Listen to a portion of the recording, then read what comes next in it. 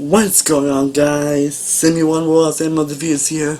I'm back with my first movie review of 2020 and my first movie review of the 2020s decade. And everything is with The Grudge, which I do plan on seeing very soon. But today, I'm here to discuss the murder of Nicole Brown Simpson. Yeah.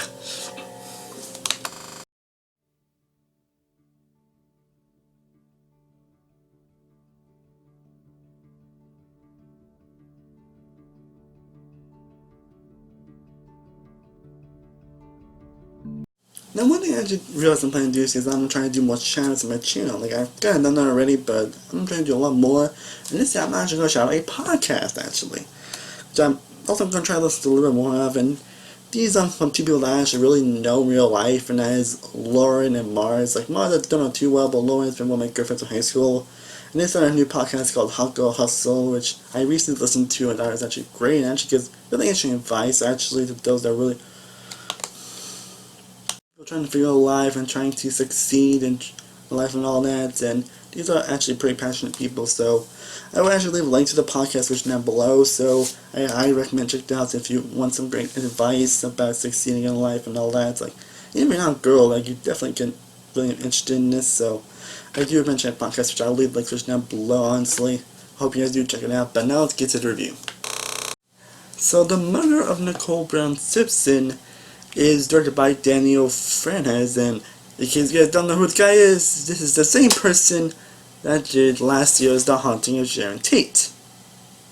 Yep, that person who did that terrible movie. That was one of my worst movies that year, and actually I contend to actually my worst that year. You know, it was like, I think it was number 6 on the most list. It's still a train wreck of a movie. And this one follows, again, Nicole Brown Simpson, who was known as O.J. Simpson's wife, who ended up really murdered. And this kind of happens for like a 1A situation of, I don't know what happened if someone else kind of involved in the murder, but definitely, seriously, it's kind of like a 1if scenario, whatever.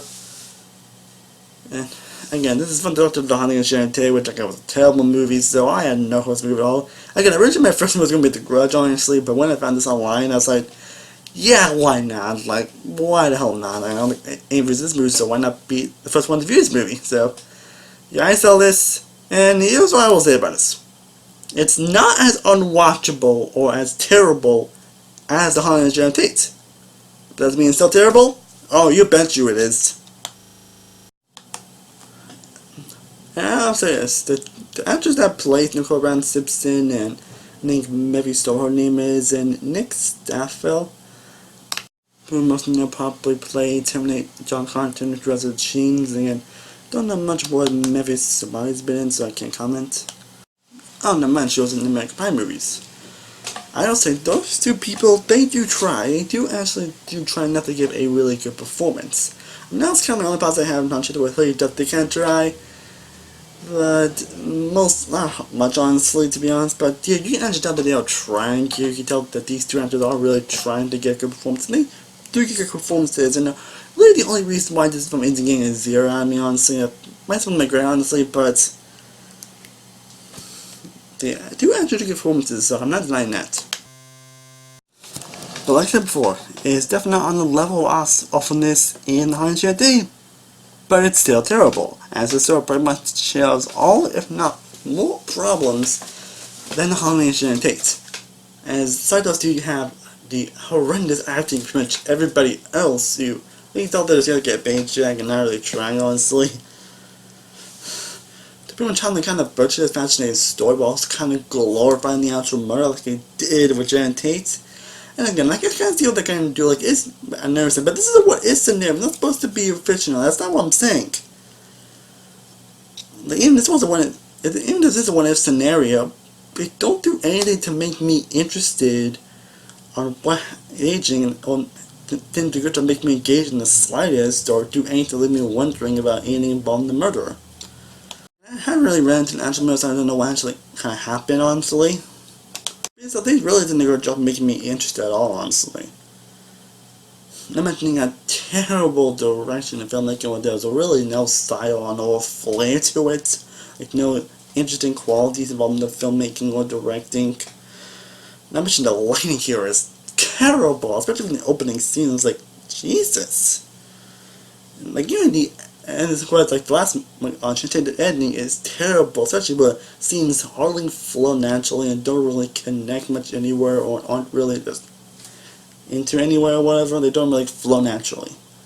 The fact that you got terribly written characters that are painfully uninteresting and they don't do a good job making you care about them or invested. Like, which any film should do, make you invest in the characters, but this film doesn't. Terribly written dialogue. And do I even need to mention that, like, you remember when Haunting of Sharon Tate tried to make it into like a home invasion movie? Well, this movie tries to tribute Brian De Palma and Wes Craven. Yeah, no joke. They try to tribute to those iconic filmmakers. And yet, like how they try to make Sharon Tate into a animation movie, it's laughable on all accounts. They tried to go for this route. I didn't even mention that the third act absolutely loses for me. Like, I wasn't interested at all anyway, but the third act was just, what? Like, I kind of want, like, if you weren't seeing the movie, you probably know what I'm talking about, but Jesus, I don't even know what they're, this is, like, there's one movie where I don't even know what they're thinking in this movie at all.